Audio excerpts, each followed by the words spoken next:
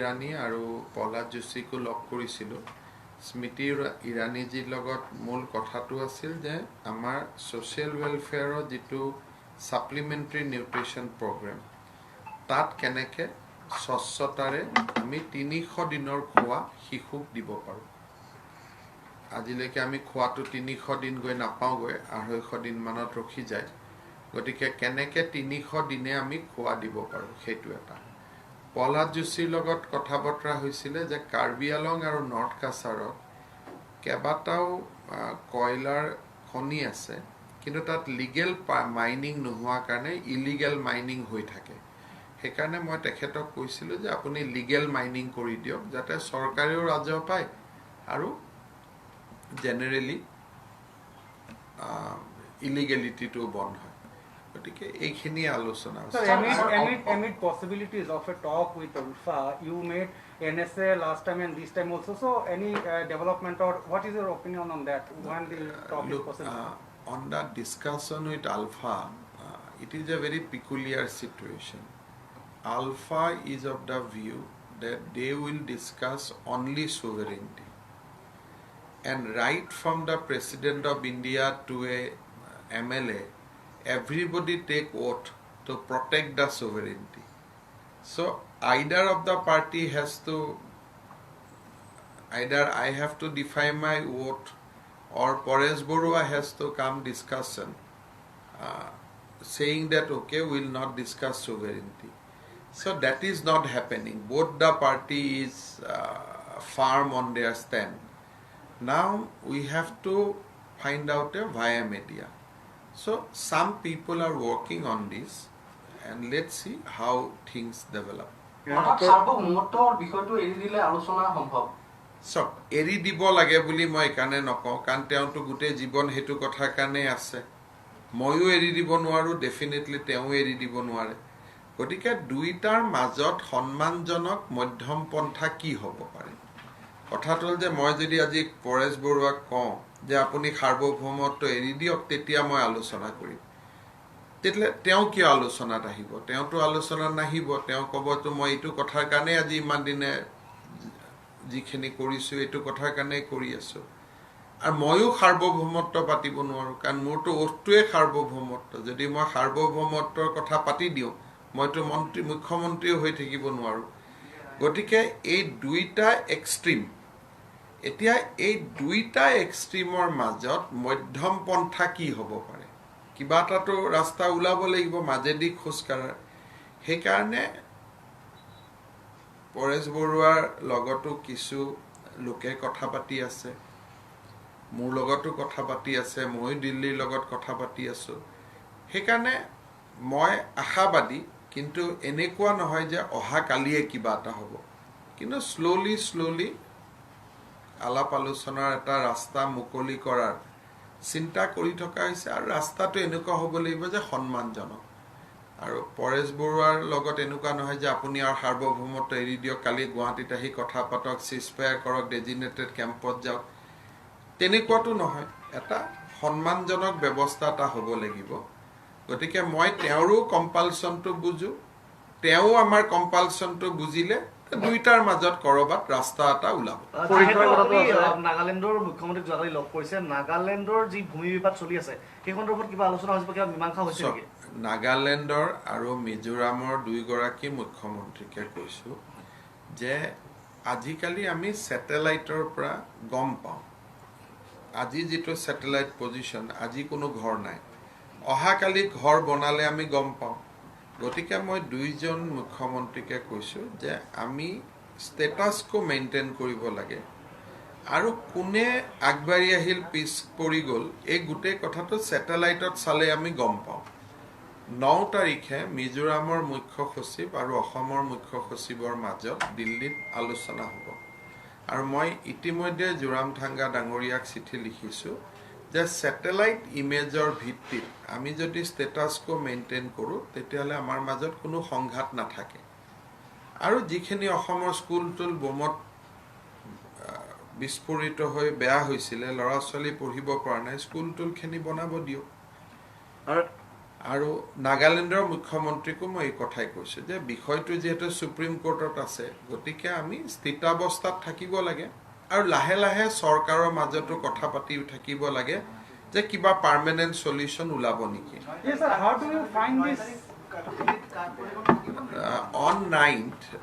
the Chief Secretary of Mizoram and Chief Secretary of Assam will meet. Chief Secretary of Assam will meet in Delhi.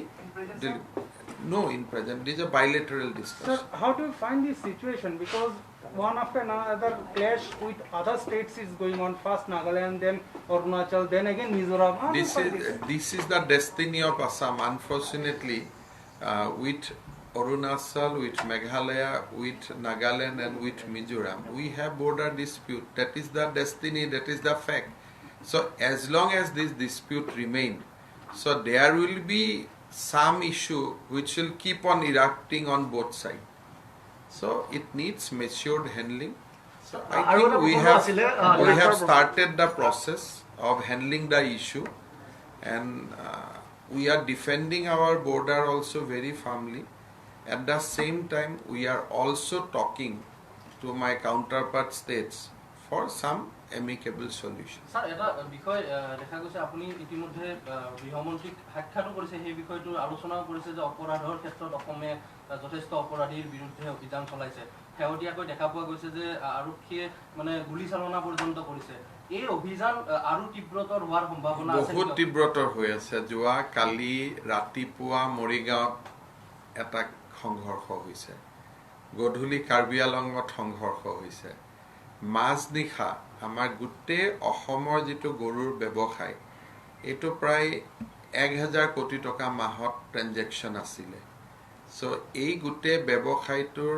যিজন main kingpin Reddy বুলি তেওঁ অন্ধ্ৰপ্ৰদেশত থাকে তেওঁৰ ভায়েক নেখুল খালিয়ে যোৱাকালি ৰাতি 2টা বজাত আৰক্ষীৰ লগত সংঘৰ্ষত গুলি খাইছে গতিকে যোৱাকালি দিনটোতে 3টা ঘটনা হৈছে গতিকে ইয়াতকৈ স্পীড কৰিলে দিগদাৰ হ'ব বাট মোৰ মতেদি যথেষ্ট স্পীডত হৈ আছে এখানে এটা প্ৰশ্ন আছে খুব পৰীক্ষাৰ বিষয়টো বিশেষকৈ পৰীক্ষাত বহিব চাৰ্টিফিকেট পাব কিন্তু চাকৰি নাপাব এইটো এই কথাটো ভুল কৰি কৈ আছে পৰীক্ষাটো পাছ কৰিব ল'ৰা ছোৱালীয়ে সেইখনৰ ওপৰত চাৰ্টিফিকেটো পাব চাকৰিও পাব তাত ৱৰ্ডটো আছে ছাবষ্টেন্সিয়েল তাৰ মানে কি যে টেটত মেট্ৰিক আৰু হায়াৰ ছেকেণ্ডেৰী মাৰ্কছটো কাউণ্টিং হয় এতিয়াতো এবাৰ মাৰ্কছ সবেই 95 পাব তেতিয়ালে যোৱা বছৰৰ ল'ৰাবিলাকে চাকৰি ক'ত পাব নেক্সট বছৰৰ ল'ৰাবিলাকে চাকৰি ক'ত পাব এই ঘটনাটো এনেকে যিটো মই দেখিছো যে পেপাৰ বা যি ধৰণে এটা তুলুঙা কৰি কৈ দিয়া হৈছে এইটো তুলুঙা নহয় এইটো বহুত ডাঙৰ মানৱীয় সমস্যা এই ল'ৰা ছোৱালীবিলাকে যেতিয়া 90 পাব 95 পাব স্কুলত মাৰ্কছ দিব আৰু আপোনালোকে জানে বাগ বৰজনীয়া এইবিলাক জায়গাতো 100 মাৰ্কছ দি দিব এতিয়া যেতিয়া মাৰ্কছ দি দিব আমি কন্ট্ৰোল কৰিব কৈছো মাৰ্কছটো পুৰা ঢালিব যেতিয়া মাৰ্কছ দিয়াৰ পিছত অহাকালি যেতিয়া টেটৰ পৰীক্ষা হ'ব টেটৰ মাৰ্কছ মেট্ৰিকৰ মাৰ্কছৰ ওপৰত চাকৰি হয় অহাকালি যিবিলাকে মেট্ৰিক পাছ কৰিব হিহঁতিটো জীৱনত এই বেটছটোৰ লগত কম্পিট কৰিব নোৱাৰে বা অলৰেডি যিবিলাক ল'ৰা 40 বছৰ বয়সত আছে 39 বছৰ বয়সত আছে তেওঁলোকে বেটছটোৰ লগতটো মাৰ্কছ কেতিয়াও পাব নোৱাৰে তাৰমানে অহা 10 বছৰলৈকে অসমত চাকৰি অকল এইটো বেটছে পাই থাকিব টেটত গতিকে আমিতো এইটো এটা মানে ইমান এটা সিৰিয়াছ কথা যেটো মই আছুকো মই কৈছো যে আমি আলোচনা কৰিম এইটো এটা সিৰিয়াছ সামাজিক সমস্যা তাৰ উত্তৰ এটা উলিয়াব লাগিব নহলে অসমত 4 লাখ চাকৰি অকল এই 4 লাখ লৰাই পাই থাকিব আগৰ বেটছেও কেতিয়া নাপাব পিছৰ বেটছেও কেতিয়া চাকৰি নাপাব আমাৰ যিবিলাক ডেকা লৰা আজি এমপ্লয়মেন্ট এক্সচেঞ্জৰ নাম ভৰ্তি কৰিছে টেটত অহাবাৰ টেট দিম বুলি ভাবি আছে কোনেও চাকৰি নাপাব কাৰণ এওঁলোকৰ গুটেই মাৰ্কছ বিলাকত 90 95 100 মাৰ্কছ থাকিব 100 লৈকে মাৰ্কছ থাকিব হেকানে আমি কৈছো যে আমি এওঁলোকৰ কথাও চাব লাগিব পাছ কৰি থাকি নিবনুৱা হৈ থকা সকলৰ কথা চাব লাগিব অহাবাৰ জুনে পঢ়ি মেট্ৰিক দিব তেওঁলোকৰ কথাও চাব লাগিব সেইকাৰণে এইটো এটা বহুত ডাঙৰ সামাজিক সমস্যা যি ধৰণে কৈ আছে পাছ কৰিব চাকৰি নাপাব সব চাকৰি পাব ৰেলত চাকৰি পাব APSCত চাকৰি পাব ইঞ্জিনিয়াৰ হ'ব পাৰিব সব পাব খালি টেটৰ ক্ষেত্ৰতে সমস্যা আছে সেইকাৰণে আমি কৈছো সাবস্টেন্সিয়েলি যত এইখন সাৰ্টিফিকেট দৰকাৰ তেওঁলোকে কালি যদি APSC পৰীক্ষা এইখন সাৰ্টিফিকেটত পাব কাৰণ তাত মেট্ৰিকৰ মাৰ্কছটো কাউন্টিং নহয় কালি যদি কবাত ইঞ্জিনিয়াৰিং চাকৰি কৰে এইখনৰ ওপৰত পাব অনলি পইণ্টটো আছে টেটৰ ক্ষেত্ৰত তাত কিবা এটা উপায় উলিয়াবৰ কাৰণে এওঁলোকে যদি কোনোবাই কৰিব বিচাৰে কোনোবাই যদি ভাল উপায় দিব খোজে কাৰণ মোৰ কথাটো হ'ল যে মই দায়বদ্ধ এইটো এটাহে বেটছ পুৰণা বেটছ বিলাকৰ ল'ৰা ছোৱালী বিলাকৰ দুখবোৰ চাব নালাগিব জানো যোৱা বছৰ মেট্ৰিক পাছ কৰা তাৰ আগৰ বছৰ মেট্ৰিক পাছ কৰা সবেতো দেউতাক মাকৰ সবেইতো ল'ৰাই চাকৰি পাম বুলি ভাবি আছে এনেকে যদি এই বেটছটোৱে এই নম্বৰৰ ওপৰত যদি চাকৰি পায় তেলে অহা 10 বছৰ আৰু কোনো বেটছে টেটত সোমাব নোৱাৰে সেইকাৰণে কথাটো নজনাকৈ বা আমিও কবাত বুজোৱাত ভুল হোৱাৰ কাৰণে এইটো প্ৰতিক্ৰিয়া হৈছে চাকৰি নাপাব কিয় চাকৰি নাপাব engineering third grade fourth grade সব পাব খালি এটা চাকৰিতে সমস্যা আছে যে টেটৰ ক্ষেত্ৰত আমি কি কৰিম কাৰণ এইটো বেটছ হৈছে নপঢ়াকৈ পৰীক্ষা পাছ কৰিব শিক্ষক লাগে আটাইতকৈ মোক মেৰিটৰিয়া ষ্টুডেণ্ট গতিকে এটা পৰীক্ষাতে এইটো খেলি মেলি আৰু নহ'লে মোৰতো একো নাই মই ক'ম যে ঠিক আছে পাওক কিন্তু পুৰণা বেটছৰ ল'ৰাবিলাকেতো লগে লগে হাইকোৰ্ট যাব যে আমি কি কৰিম আমাৰতো নম্বৰ মাৰ্কশ্বিটত 60 আছে ইহঁতৰ মাৰ্কশ্বিটত নম্বৰ 90 আছে সেইকাৰণে মই মোৰ সন্তান 5টা মইতো 5টাৰ কথা চিন্তা কৰিব লাগিব না বাকি চাকৰিত কোনো প্ৰশ্ন নাই নটিফিকেশনখনত লিখা আছে য'ত সাবস্টেন্সিয়েলি এই নম্বৰটো লাগে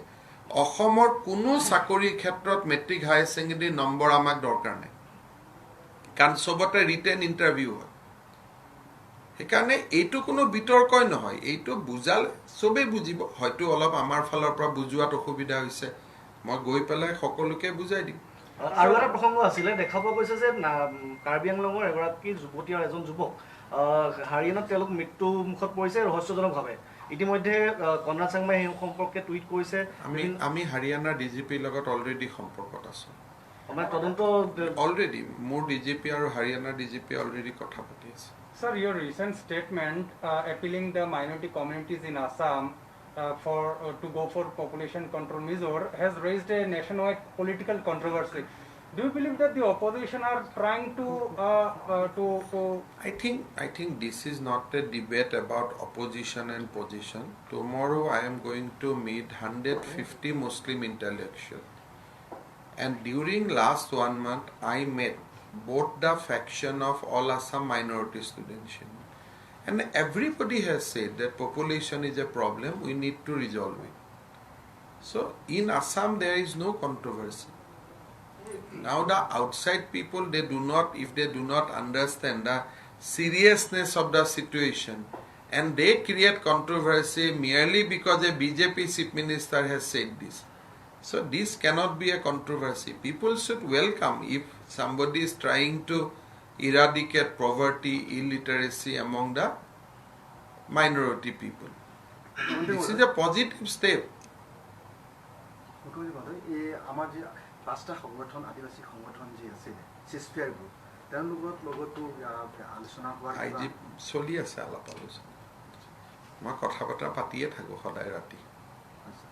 কেন্দ্ৰ চৰকাৰৰ লগত ময়ে পাতি থাকো না পিটাৰ ডেং সদায় মই ৰাতি কথাই পাতি থাকো সদায় ৰাতি 12টা বজাত 11টা বজাত এবাৰ সবকে ফোন কৰোৱে পাঁচটা সংগঠন এটা কথা ৰাজ্যৰ এটা হেউটিয়াকৈ চৰ্চা চলি আছে যে বিপিএফে আগ্ৰামনৰ মহিলা নেতৃত্বত বিপিএফে আকৌ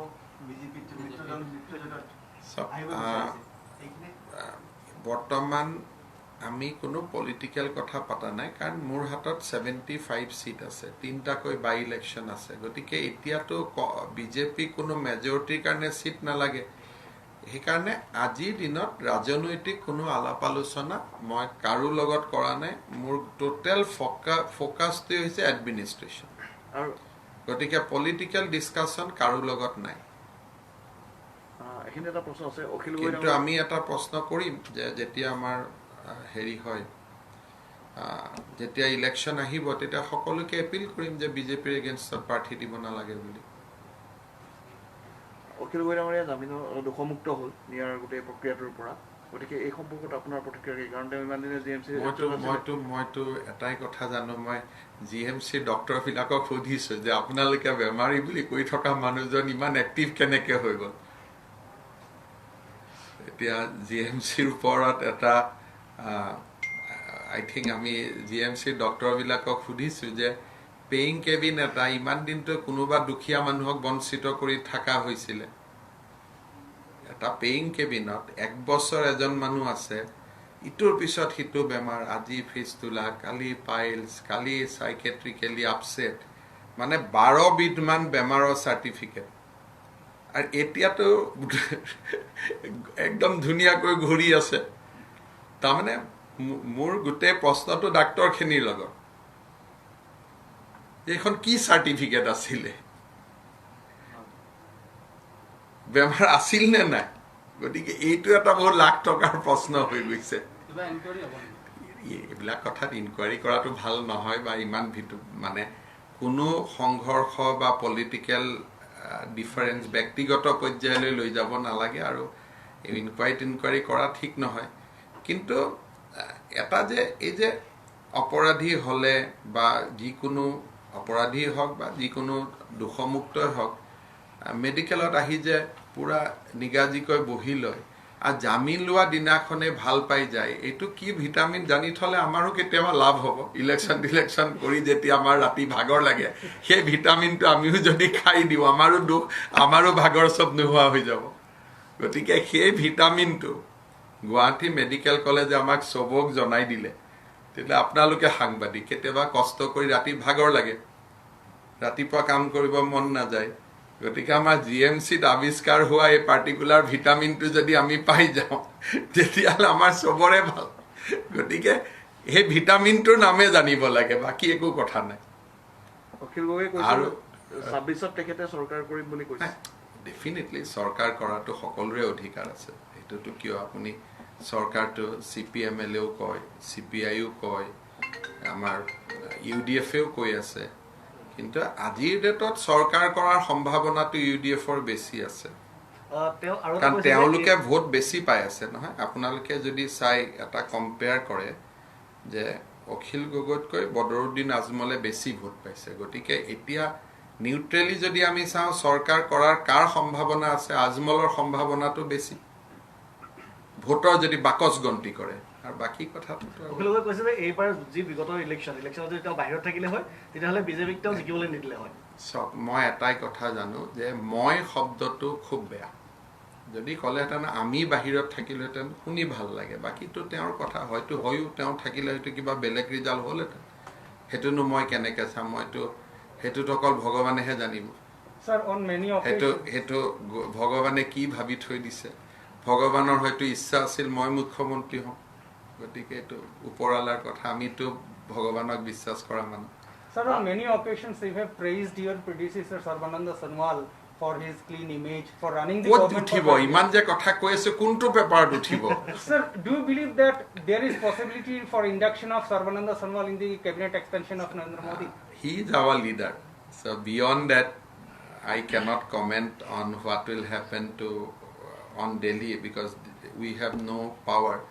But Mr. Sonowal is our leader and he will be continue to be our leader. হব ইমান কত তুলিব ইমান খুলিতে যাম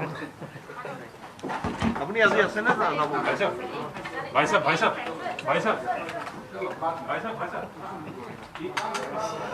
ঠিক আছে